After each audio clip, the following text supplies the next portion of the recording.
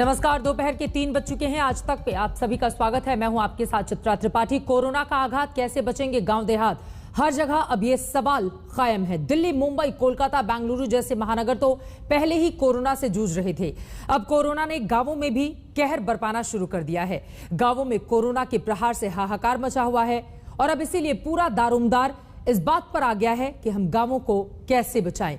देश के जाने माने तमाम बड़े डॉक्टर्स जुड़ेंगे हमारे साथ, जिनके साथ इस मुद्दे पर हम चर्चा करेंगे। लेकिन उसके पहले ये रिपोर्ट देखिए।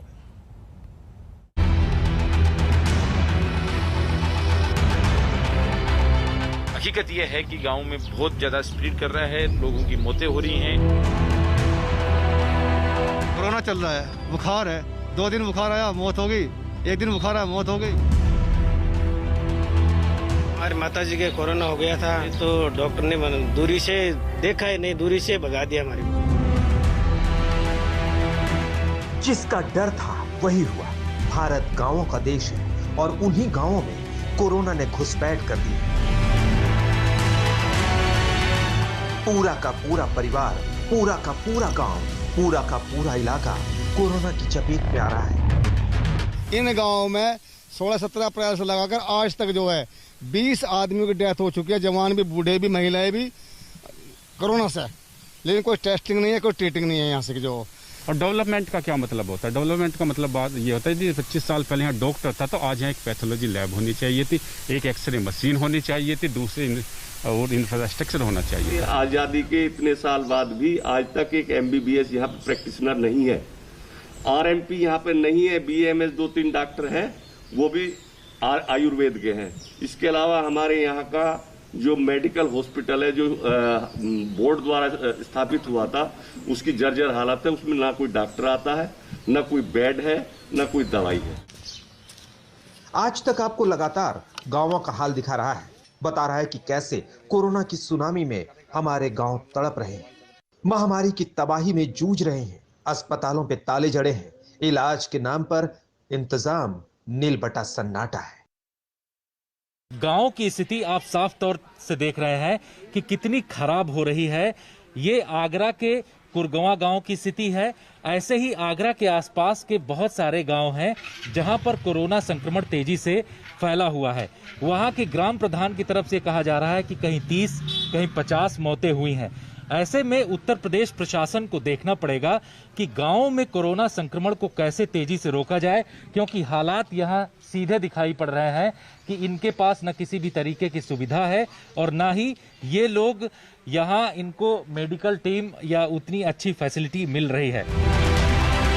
कोरोना के हमले ने दिखा दिया है कि देश के विकास की बुनियाद रहे हमारे गांव स्वास्थ्य सेवाओं के नाम पर कितने खस्ता हाल है। जैसे बिहार के सीतामढ़ी के इस गांव का हाल देखिए, जहां अस्पताल में इंसानों के इलाज की जगह मवेशियों की देखभाल हो रही है। इस स्वास्थ्य उपकेंद्र में डॉक्टर की नियुक्ति है, नर्सों की नियुक्ति है और सबके रहने की व्यवस्था भी यहाँ पर थी। लेकिन आज की स्थिति में हम दिखाना चाहेंगे आपको। देखिए यहाँ पे ये भिसवा बाजार का जो स्वास्थ्य उपकेंद्र है, यहाँ पर इसके जहाँ डॉक्टर रहा करते थे पहले, जो उनका निवास था, वहाँ पर गाय भैंस को बांधा जा रहा है। हमारे पास ऐसे गांवों की तमाम कहानियां हैं जहां इस वक्त सिर्फ और सिर्फ त्रासदी है। इलाज का टोटा है तो गांव के लोग अपनी किस्मत को खोटा मानकर सिर्फ और सिर्फ घरों में सिमटे हैं। सवाल है कि इस महासंकट से गांव के लोग कैसे बचें, वो खुद अपनी हिफाजत कैसे करें। आज गांवों की मुसीबतों से जुड़े सवाल विशेषज्ञों के सामने रखेगा और ये जानने की कोशिश करेगा कि गांवों में कोरोना की तेज रफ्तार पर कैसे ब्रेक लगाए जाए। आज तक ब्यूरो।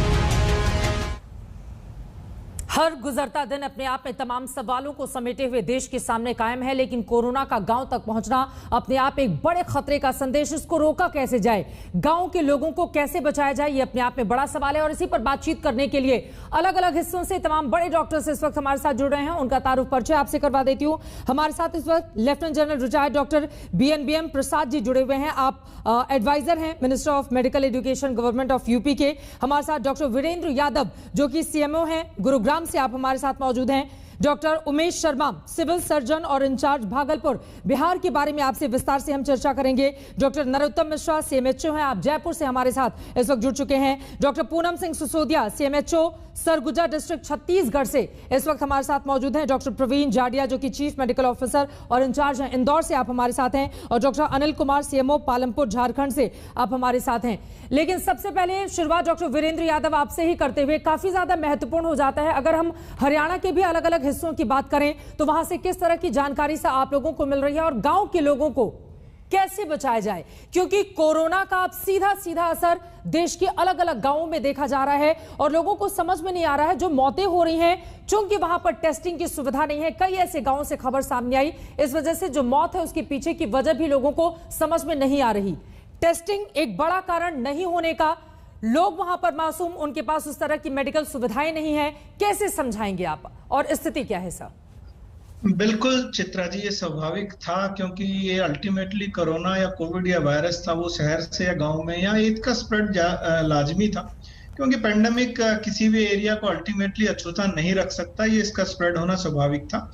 जहां तक मैं हरियाणा विशेष की अगर मैं बात करूं तो हमारे कुछ जिलों में इसका प्रभाव देखने को मिला, 7 जिलों में। गुरुग्राम में इसका अधिक प्रभाव नहीं था, लेकिन पिछले कुछ दिनों में, मैं आपको सारी चीजें इसलिए एक साथ करूंगा क्योंकि समय का अभाव रहेगा, तो मैं आपको बताऊं, हमारे मुख्यमंत्री ने या हमारी हरियाणा सरकार ने इसी को ऊपर देखते हुए, क्योंकि अनेक जिलों में कहूं या प्रदेशों में गाँव में कोरोना का स्प्रेड देखने को मिल रहा था, तो हमने एक Haryana village general health care scheme launch की है और इसमें एक फील्ड टीम बनाई गई है और एक हेडक्वार्टर टीम बनाई गई है। तो फील्ड टीम का एक काम रहता है कि वो जाकर, उसमें जो फील्ड टीम हमारी होती है उसमें जो हमारे वर्कर्स होते हैं, एक आशा वर्कर, एक आंगनवाड़ी वर्कर, एक स्कूल टीचर और एक साथ में ग्राम पंचायत का आदमी है, वो जाकर सर्वे करते हैं, डोर टू डोर सर्वे। और अगर जिन लोगों को जरूरत पड़ती है टेस्टिंग की, तो उनका रैट टेस्ट हमारी या तो LHV या LT हमारा फार्मासिस्ट, उनको हमने सबने ट्रेनिंग दे रखी है, वो टेस्ट करता है। साथ में एक नॉन हेल्थ मेंबर होता है जो उनका रिकॉर्ड मेंटेन करता है और डाटा एंट्री ऑपरेटर सारा रिकॉर्ड को बनाकर हमने 164 में, गुड़गांव की बात करूं, हरियाणा में कुल मिला के आज 1000 ऐसे हमने विलेज कोरोना केयर सेंटर के नाम से बनाए हैं। वहां पर हम उन लोगों को सिंपल आइसोलेशन में रखते हैं, वहीं गांव के पास रहें वो, ताकि अपने घर से दूर ना जाएं, उनको खाने को मिले और अपने परिवार के से आइसोलेट भी रहें लेकिन पास भी रहें। बिल्कुल आपकी बात से मैं सहमत हूं, टेस्टिंग फैसिलिटी हो सकता है बहुत सी जगह नहीं हो पाई हो, लेकिन मैं अपने यहाँ का एक एग्जांपल देते हैं। हमने जो जिन एरियाज में पॉजिटिविटी ज्यादा रहती है विलेज में, हम वहां पर रेगुलर कैंप लगाकर काम करते रहे हैं। पहले RT-PCR ज्यादा टेस्टिंग के लिए कहा गया था ICMR से, लेकिन अभी रिसेंटली ICMR ने ये कहा है कि एंटीजन टेस्ट, जिसको हम रैट बोलते हैं, वो मैक्सिमम करें ताकि ऐसे केसेस को जितना जल्दी हो सके हम आइसोलेट कर सके और पॉजिटिव केसेस को फैमिली से दूर करके ऐसे कोविड केयर सेंटर्स में रख सकें ताकि ये दूसरों को संक्रमण ना फैलाएं। ये महत्वपूर्ण बात डॉक्टर साहब आपकी ओर से कही गई है और यही बहुत ज्यादा जरूरी भी हो जाता है। और अब डॉक्टर पूनम सिंह सिसोदिया में सीधे आपका रुख करते हुए, छत्तीसगढ़ की इस वक्त गांवों की स्थिति क्या है, क्योंकि बीच में हम सब ने देखा था कि छत्तीसगढ़ भी किस तरह के तमाम क्राइसिस से गुजर रहा था, हालांकि कई बड़े कदम भी उठाए गए। इस वक्त वहां के गांवों की क्या स्थिति है और एहतियातन भी आप लोगों की ओर से किस तरह के कदम उठाए जा रहे हैं? छत्तीसगढ़ में हमारे यहाँ पे जो हमारे माननीय मंत्री जी हैं, आदरणीय टी.एस. सिंहदेव जी, उनके नेतृत्व में बहुत ही अच्छे तरीके से प्लानिंग की गई है और इसके तहत हमारे जितने गांव हैं उन गांवों में हम लोगों के द्वारा जगह जगह जाकर एक तो पहचान की जाती है, मितानिनों के द्वारा सर्वे किया जा रहा है। मितानिन जो हमारे गांव में वॉलंटियर्स हैं, स्वयंसेवी हैं, उनके द्वारा जाके लगभग हमारे जैसे सरगुजा जिले में 3600 मितानिन है। ये 3600 मितानिन हमारे 540 गाँव में घूम घूम के जिनको लक्षण है उनका पहचान करते हैं। वहीं पर हमारे पे एक मोबाइल टीम है, लगभग 102 पूरे जिले में हमारे पास में रैपिड एंटीजन टेस्ट करने के लिए हमारे पास में समस्त हमारे केंद्रों में 198 केंद्रों में हमारे यहाँ पे रैपिड एंटीजन टेस्ट किया जा रहा है। अभी तक हमारे यहाँ पे 3,52,725 टेस्ट किए गए हैं, लगभग 40% ऑफ द टोटल पॉपुलेशन। तो इसमें हमारी पॉजिटिविटी रेट है अभी जो 7.72, नेशनल एवरेज से काफी कम है। इस तरीके से, और हम जैसे ही कोई लक्षण आता है हमने जांच करते हैं, रिपोर्ट देते हैं और हमारे पास में जो किट होता है, एक किट हमने बनाया हुआ है विटामिनों के, जिसमें ivermectin, doxycycline, paracetamol, zinc, vitamin C, vitamin D ये सब होते हैं। हम तत्काल उस गांव में हमारे सामने उनको खिलाया जाता है। उसको जो घर में आइसोलेट किया जाता है, अगर मान लीजिए रहने के नहीं है तो हमारे यहाँ पे जो गांव में क्वारंटाइन केंद्र बनाए गए हैं वहां पर हम उनको ले जाके रखते हैं। हमारे कार्य जो होते हैं तो उनकी देखभाल करते हैं। इस तरीके से अभी हमारे यहाँ पूरे गांव में स्थिति पूर्णतया नियंत्रण में है, कोई इसमें ये की बात नहीं। तो आपका ये कहना है कि आपके हिसाब से छत्तीसगढ़ के गांवों में स्थिति नियंत्रण में है और सरकार की ओर से कई कदम भी उठाए जा रहे हैं। अब मैं सीधे lieutenant general retired doctor BN Prasad ji आपके पास आना चाहूंगी, क्योंकि उत्तर प्रदेश को लेकर बहुत सारी खबरें भी हम सब ने चलाई। कानपुर के पास के गांव देहात हो, लखनऊ के पास के हो, गोरखपुर हो, महाराजगंज हो, बांदा हो, अलग अलग हिस्सों से तमाम वो रिपोर्टें हमने दिखाई जहां पर गांव में लगातार स्थिति खराब हो रही है। वहां को लेकर किस तरह के इंतजाम आप लोगों की ओर से किए जा रहे हैं? सबसे महत्वपूर्ण हो जाता है जागरूकता, जिसका पूरा अभाव देखा जा रहा है गांव में। हमारे रिपोर्टर जब अलग अलग हिस्सों में पहुंचे तो लोग बिना मास्क के दिखाई दिए। जिन लोगों को सर्दी जुकाम बुखार है उनकी टेस्टिंग वहां पर नहीं हो रही है। ऐसे हालात में बिगड़ते हुए स्थिति के मद्देनजर किस तरह की कोशिशें सरकार की ओर से की जा रही हैं और क्या जानकारी उत्तर प्रदेश को लेकर देंगे सर आप? धन्यवाद मैडम। मैं इतना बताना चाहता हूं कि योगी सरकार बहुत सीरियस से ये काम ले रही है, 24 घंटा काम करता है और उसका नतीजा भी हम देख सकता है। देखिए, उत्तर प्रदेश का आबादी 25% है हिंदुस्तान का, और इतना बड़ा स्टेट में इतना इमरजेंसी को टैकल करना इतना आसान नहीं है। उसका बावजूद गवर्नमेंट ने बहुत काम किया है, क्योंकि हेल्थ इंफ्रास्ट्रक्चर एक ऐसा चीज है, एक दिन में हम उसको नहीं बढ़ा सकता है। इट्स अ ग्रेजुअल प्रोसेस, और इसके लिए हम पिछले कई सरकार को ऊपर दोषी लगाना पड़ेगा जी। इस सरकार ने बहुत कोशिश किया है, नए ऑक्सीजन प्लांट उन्होंने खोला है, उसके बावजूद कोविड बेड फैसिलिटीज बढ़ा दिया है, सुविधा बढ़ा दिया। माफी के साथ आपको रोकना पड़ा है। डॉक्टर अनिल, मैं आपके पास भी फौरन आऊंगी, लेकिन स्वास्थ्य मंत्रालय की इस वक्त अहम प्रेस कॉन्फ्रेंस चल रही है, सीधे रुक करते हैं, जिसमें मुख्यतः अगर आप देखेंगे तो पाएंगे कि Chennai, south west Delhi, Kollam, Chengalpattu, Coimbatore, YSR district in Andhra Pradesh, Kangra in Himachal Pradesh, इस तरह के जिलों में जहां पर कि एक इंक्रीजिंग ट्रेंड नोट किया जा रहा है, वहां पर कंटेनमेंट एक्टिविटीज की और स्ट्रिंजेंट एक्शन की सख्त जरूरत रहेगी। ओवरऑल देश की वैक्सीन कवरेज देखें तो पाते हैं कि हमारे देश ने जो अब तक वैक्सीनेशन कवर किया है उसमें 18 करोड़ डोजेज दी जा चुकी हैं, जिसमें people above 45 years of age 13.74 crore doses, health care workers 1.62 crore doses, इस तरह से फ्रंटलाइन वर्कर्स 2.25 करोड़ डोजेज, और वह आयु वर्ग 44 जो आयु वर्ग है उसमें करीब 42.59 लाख डोजेज दी जा चुकी हैं। इसके साथ ही हम हमेशा बात करते हैं कि कभी भी हमारे कंटेनमेंट एक्टिविटीज, हमारा कोविड मैनेजमेंट 2 भागों में एनालाइज करा जाना चाहिए। एक तरफ कंटेनमेंट एफर्ट्स चलते रहें, यानी कि हम रूट कॉज पर काम करें, इन्फेक्शन को ही ना फैलने दें। दूसरी तरफ हमारी मेडिसिन व्यवस्था, मेडिकल इंफ्रास्ट्रक्चर सुचारू रूप से जो केसेस अगर पॉजिटिव हो भी उनको समय पर मैनेज करें ताकि वे केसेस भी रिकवर हो सके। इसी के तहत हम आप लोगों के सामने दिखाना चाहेंगे कि जैसे भोपाल करीब 200-250 जब केसेस आने शुरू हुए, वहां पर कुछ कंटेनमेंट एक्टिविटीज पर फोकस किया गया in terms of lockdown for 1 day. इसी तरह से वीकेंड लॉकडाउन करता रहे, लेकिन हमने पाया कि केसेस फिर भी बढ़ते चले जा रहे हैं। उन बढ़ते केसेस की परिस्थिति में हमने देखा कि एक स्थाई पर केस पॉजिटिविटी जो 14% थी वह बढ़ी 22% हुई, 22 से 25, 25 से 29 और 29 से बढ़ते बढ़ते 33 और 37% हो गई, जिससे यह पता लगता है कि वहां पर स्प्रेड ऑफ इन्फेक्शन बहुत बढ़ गया था, जो ओवरऑल हमारे कितने भी एफर्ट्स हो उसमें हेल्थ सिस्टम पर स्ट्रेन पैदा कर सकता है। स्टेट के द्वारा किए गए प्रयत्न in terms of strict restrictions, उनका इंपैक्ट जैसे हमने इससे पहले भी डिस्कस किया है कि कभी भी हम कंटेनमेंट एफर्ट्स करते हैं तो थोड़ा समय लगता है कि उसका इंपैक्ट हमारे को फील्ड में दिखाई दे। तो जो एक पीक 5,725 केसेस की आई, वह धीरे धीरे करते हुए अब करीब 2,800 केसेस, और साथ ही हमारा 37% जो हमारा केस पॉजिटिविटी घटते घटते अब 22.7% रह गई है। ये एफर्ट्स अभी भी कंटिन्यू करने की जरूरत है। जैसे कि गवर्नमेंट ऑफ इंडिया की गाइडलाइन है, जहां पर भी 10% से अधिक पॉजिटिविटी हो, वहां पर इंजेक्शन और लोकल कंटेनमेंट के तहत काम करे जाना बहुत जरूरी है।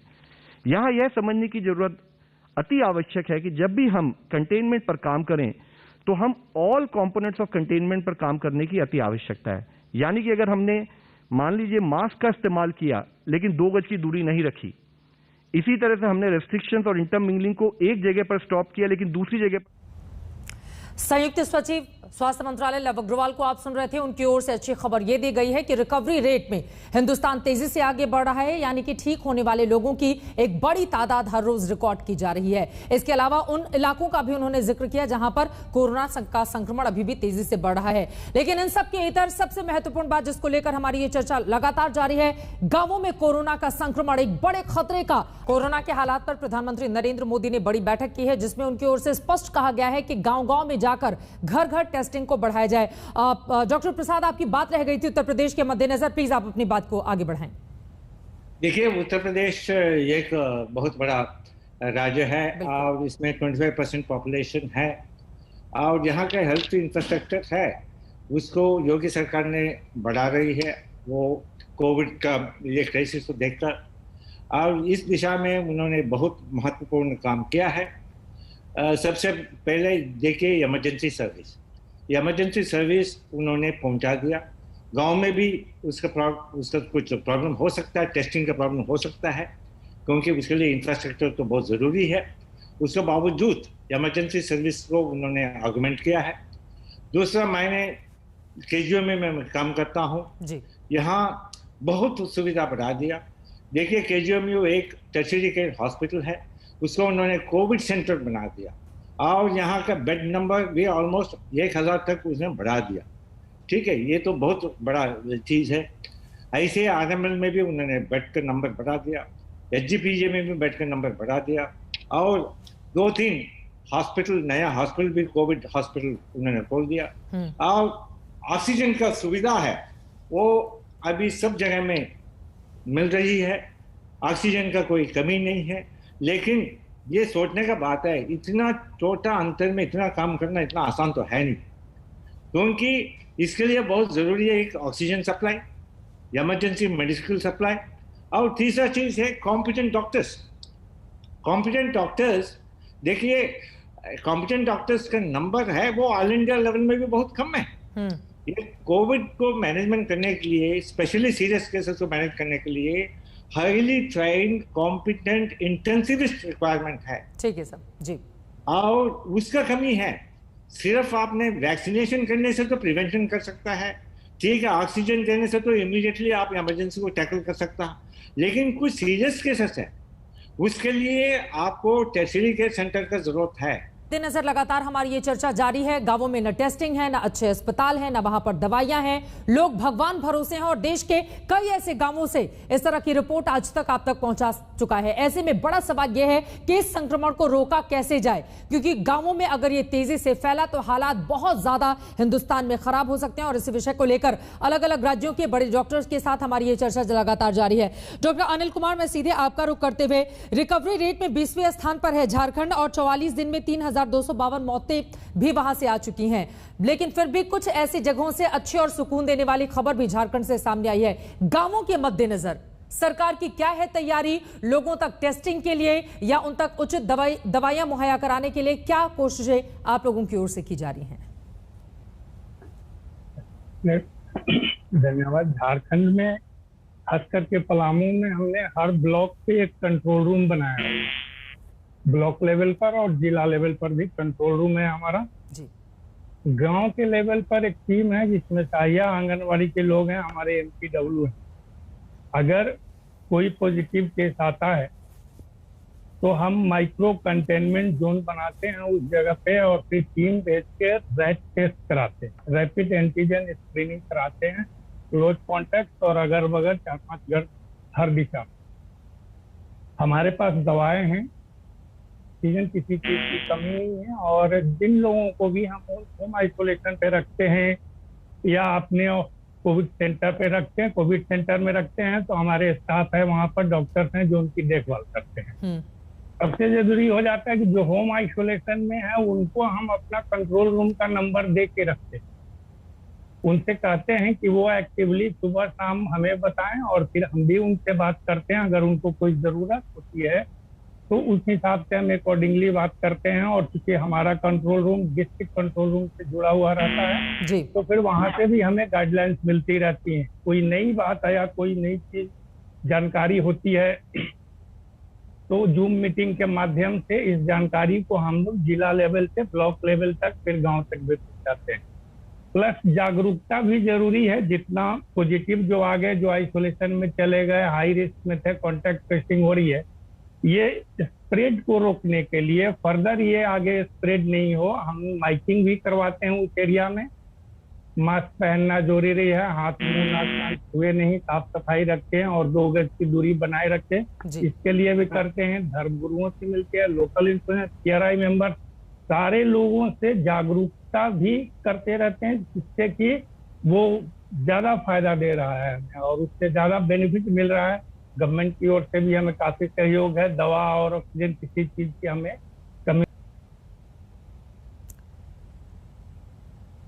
सर, ये महत्वपूर्ण बात आपकी ओर से कही गई है। जागरूकता बचाव का सबसे अहम जरिया है और जागरूकता की कमी गांवों में देखी जा रही है। हालांकि आपने जिक्र किया कि गांवों तक लगातार जागरूकता फैलाया जा रहा है और धर्मगुरुओं की और बाकी भी जो प्रभावशाली लोग हैं उनकी मदद पहुंचाई जा रही है ताकि लोगों पर इसका असर पड़ सके। एक बार फिर से मैं डॉक्टर वीरेंद्र रावत आपका रुख करते हुए, क्योंकि यहाँ पर कई जानकारियां हम सब ने दी, लेकिन ब्लैक फंगस का भी खतरा मंडरा रहा है और जो रिपोर्ट में देख रही थी, हरियाणा के 30 लाख शुगर मरीजों पर इसका खतरा बना हुआ है और 50 से ज्यादा संक्रमित मिल चुके हैं। इसके बारे में आप जानकारी दीजिए हमारे दर्शकों को। और इसके अलावा गांव के लोगों के मद्देनजर, चूंकि बहुत ज्यादा वहां पर साक्षरता दर नहीं होती है या लोग उस तरह से जागरूक नहीं होते हैं, आम भाषा में समझाने के लिए अगर गुरुग्राम के अलग अलग हिस्सों के गांवों के लोग आपको सुन रहे हैं तो उनको आप अपनी ओर से क्या सलाह देना चाहेंगे? क्या हल्के सर्दी जुकाम बुखार को भी वो कोरोना संक्रमण मान के चलें और दवाइयां तत्काल शुरू कर दें बिना किसी देरी के?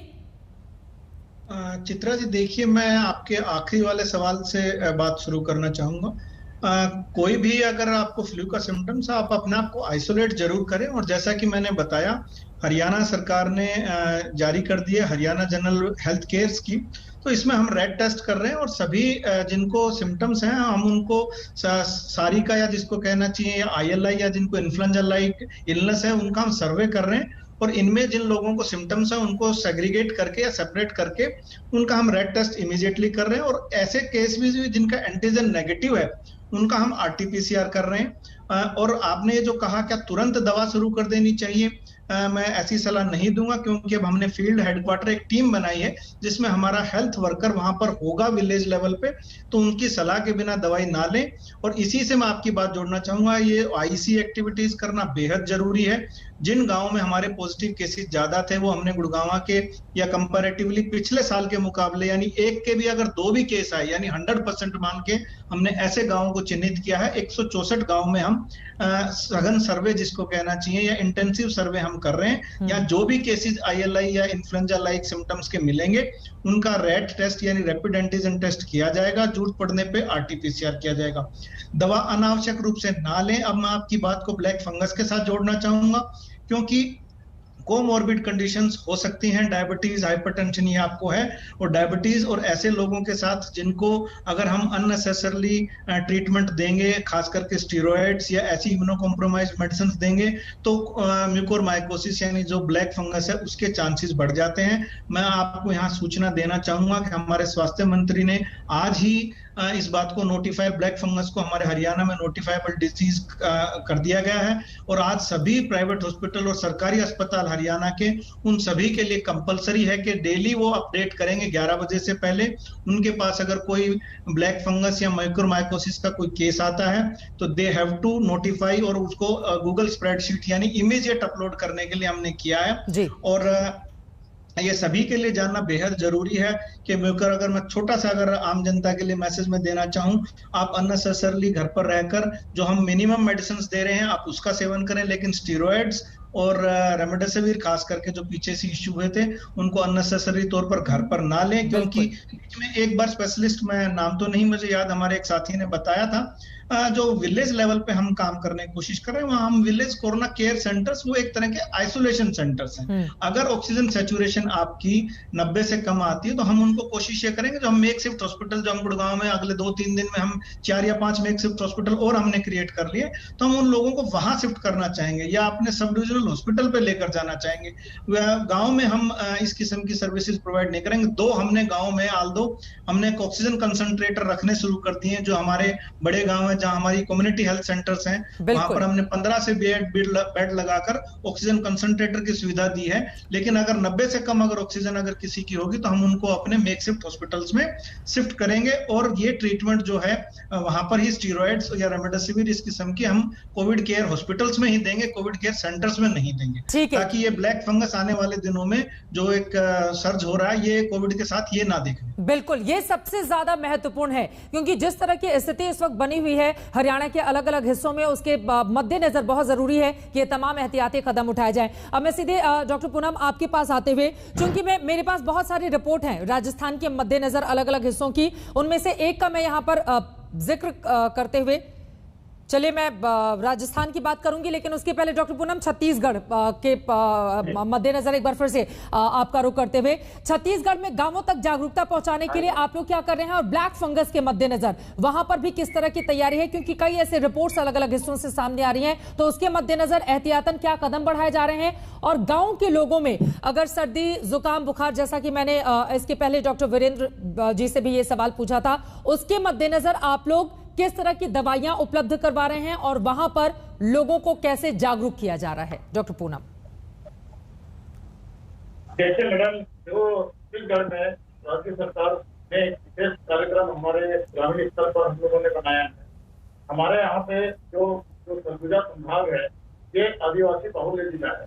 आदिवासी बहुल्य जिले होने के कारण जो समाज, अस्पताल और उद्योग की समझ है उनमें कुछ अलग किस्म की है। तो हम लोगों के द्वारा जो स्थानीय मितानिन है उनके द्वारा हम लोग उनको घर घर जाके उनकी बोली में, गांव में गेरू लेखन के द्वारा, कुछ हमारे स्लोगन के द्वारा, माइकिंग के द्वारा, बुधवार से मुनादी के द्वारा इस तरीके से हम इनको जागरूक कर रहे हैं। खासतौर से कोविड एप्रोप्रिएट बिहेवियर के विषय में लक्षण आने पर 3 लक्षण, खासतौर से सर्दी, खांसी, बुखार, सूंघने में, खाने में कोई तकलीफ, गले में दर्द, इस टाइप के कोई लक्षण आता है, तत्काल हमारे यहाँ पे जो ग्रामीण निगरानी समिति बनी हुई है, जो ग्रामीण निगरानी समिति में हमारे एक मितानी है, आंगनबाड़ी कार्यकर्ता है, स्वास्थ्य कार्यकर्ता है और पंचायत सचिव, तो इनके माध्यम से हमको तत्काल वहाँ पर सूचना मिलती है। ब्लॉक स्तर पर हमारे कंट्रोल रूम है और उस कंट्रोल रूम से हम सारे चीजों को जो जिला लेवल पे कलेक्टर साहब के साथ जुड़े हुए हैं, तो ये हमारे संचालित हो रहा है। हमको जो पॉजिटिविटी रेट इनिशियली जो मंथ ऑफ लास्ट मिडिल अप्रैल में था, हमने इस स्ट्रेटजी के तहत सडनली हमारे गांव ग्रामीण क्षेत्रों में पॉजिटिविटी रेट में गिरावट आई है। ये बहुत ही हमारे लिए उत्साहवर्धक। सर, इसी से जुड़ा हुआ अगला मेरा सवाल है, क्या गांवों तक वैक्सीनेशन की प्रक्रिया की भी शुरुआत हो पाई है? कुछ जगहों पर ही सही जी। हाँ जी मैडम, ये हमारे यहाँ पे गांव स्तर पर हम लोगों ने एक बहुत ही अच्छी योजना बनाई है। हमारे गांव में जो हमारे को 3 प्रकार के हमारे यहाँ वैक्सीनेशन हुए हैं। एक तो जो केंद्र सरकार से हमको जो वैक्सीन मिला था, स्वास्थ्य कार्यकर्ता, फ्रंटलाइन वर्कर 45 साल से अधिक, इनके लोगों के लिए हम लोगों ने लगभग 230 केंद्र बनाकर, हमारे यहाँ पे 230 केंद्र बनाकर हमने टीकाकरण किया है और 100% हमने फ्रंटलाइन वर्कर में 100% हमारा था, स्वास्थ्य कार्यकर्ता वाले में, हेल्थ केयर वर्कर में 98% हमारा कवरेज है, 45 साल से ऊपर वाले में 86.57 कवरेज है। ठीक है। तो हमारे यहाँ पे क्या था मैडम कि पूरे के पूरे स्वास्थ्य केंद्र स्तर पर हमने एक दल बनाया हुआ है जिसमें टीचर्स हैं, वेरीफायर और हमारे बीच से 5 लोगों की सदस्य टीम है, जो कि हमारे यहाँ तो health care health wellness centre में हमारे यहाँ टीकाकरण कर रहे हैं और इसके परिणाम बहुत ही सुखद आ रहे हैं। अभी 18 से 44 साल के लिए हमारे छत्तीसगढ़ शासन ने कोविड सीजी टीका एक ऐप बनाया है कोविड की तरह, जिसके तरह हमने रजिस्ट्रेशन करवा रहे हैं। जहाँ पे हमारे आदिवासी क्षेत्र में जहाँ पे रजिस्ट्रेशन के लिए मोबाइल नहीं है, वहाँ पे हमने एक हेल्प डेस्क बनाया हुआ है पंचायत स्तर पे। वहाँ पर हम लोग उनको एंटर कर रहे हैं उनका नाम और उनको बुला के ये टीके लगाए जा रहे हैं। ठीक है, ये बहुत जरूरी है। कोरोना के इस चेन को ब्रेक करने के लिए बहुत ज्यादा जरूरी है कि युद्ध स्तर पर टीकाकरण की तैयारी न सिर्फ शहरों में बल्कि गांवों में भी देखी जाए और लोगों तक टीका पहुंचे। इसकी व्यवस्था डॉक्टर प्रसाद, अगर मैं उत्तर प्रदेश के मद्देनजर जानना चाहूं तो किस तरह की आप लोगों की कोशिशें इस दिशा में आगे बढ़ रही हैं? धन्यवाद चित्रा त्रिपाठी जी। मैं सबसे पहले ब्लैक फंगस के बारे में बताना चाहता हूँ। देखिए, ब्लैक फंगस एक ऐसा चीज है, ये रेयर कॉम्प्लिकेशन है और इसको हमने अभी तक प्रूव नहीं किया है। किसी भी डायबिटिक पेशेंट्स हो और इम्यूनो कॉम्प्रोमाइज्ड हो, वो लोगों को ब्लैक फंगस होता है। लेकिन कोविड सीरियस केसेस में ब्लैक फंगस के इंसिडेंस बहुत कम है और गांव में तो नहीं हो सकता है। और आपने एक हफ्ता स्टीरॉइड्स दे दिया तो उसका मतलब ब्लैक फंगस नहीं होगा उसको, और उसको ऐसे प्रिवेंट नहीं कर सकता है। ब्लैक फंगस को प्रिवेंट करने के लिए हॉस्पिटल में कुछ सुविधा होना चाहिए। वो एक्सपर्ट को पता है क्या क्या सुविधा है और कैसे उसको प्रिवेंट करना है, कैसे इसको डायग्नोसिस करना है। और ये है, कोविड निमोनिया से लोग मरता है, ब्लैक फंगस से नहीं मरता है। They are refractory to oxygen therapy. और कितना भी आप ऑक्सीजन दे दो सीवियर केसेस में, ARDS, उसमें वेंटिलेटर में लगा दो, उसके बावजूद हमारा मोर्टेलिटी रेट है 80 to 90% है।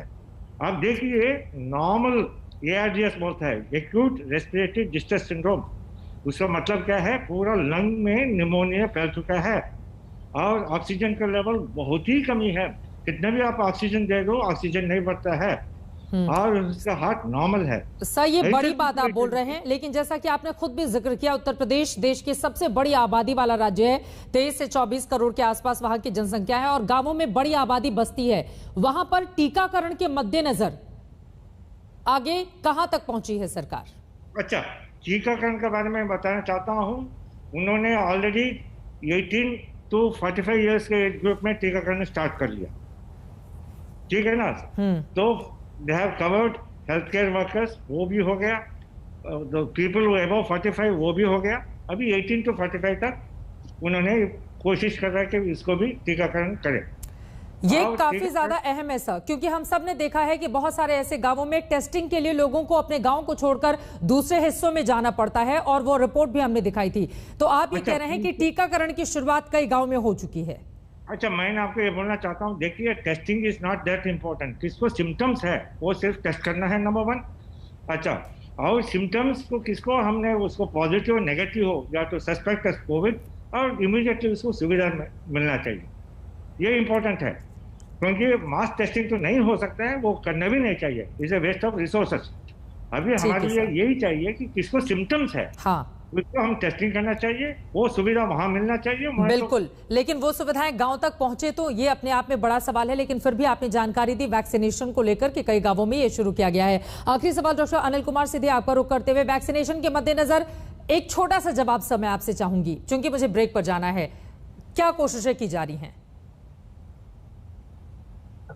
हमारे यहाँ वैक्सीनेशन के लिए हम पंचायत भवन जितने थे PRI मेंबर से, पंचायत भवन को हमने कोविड वैक्सीनेशन सेंटर डिक्लेयर करके, जब जिस जिस स्लॉट पे काम हुआ, health care worker, front line worker, 45। वक्त की कमी है, इस वजह से एक छोटे से ब्रेक के लिए हमें रुकना पड़ रहा है। फौरन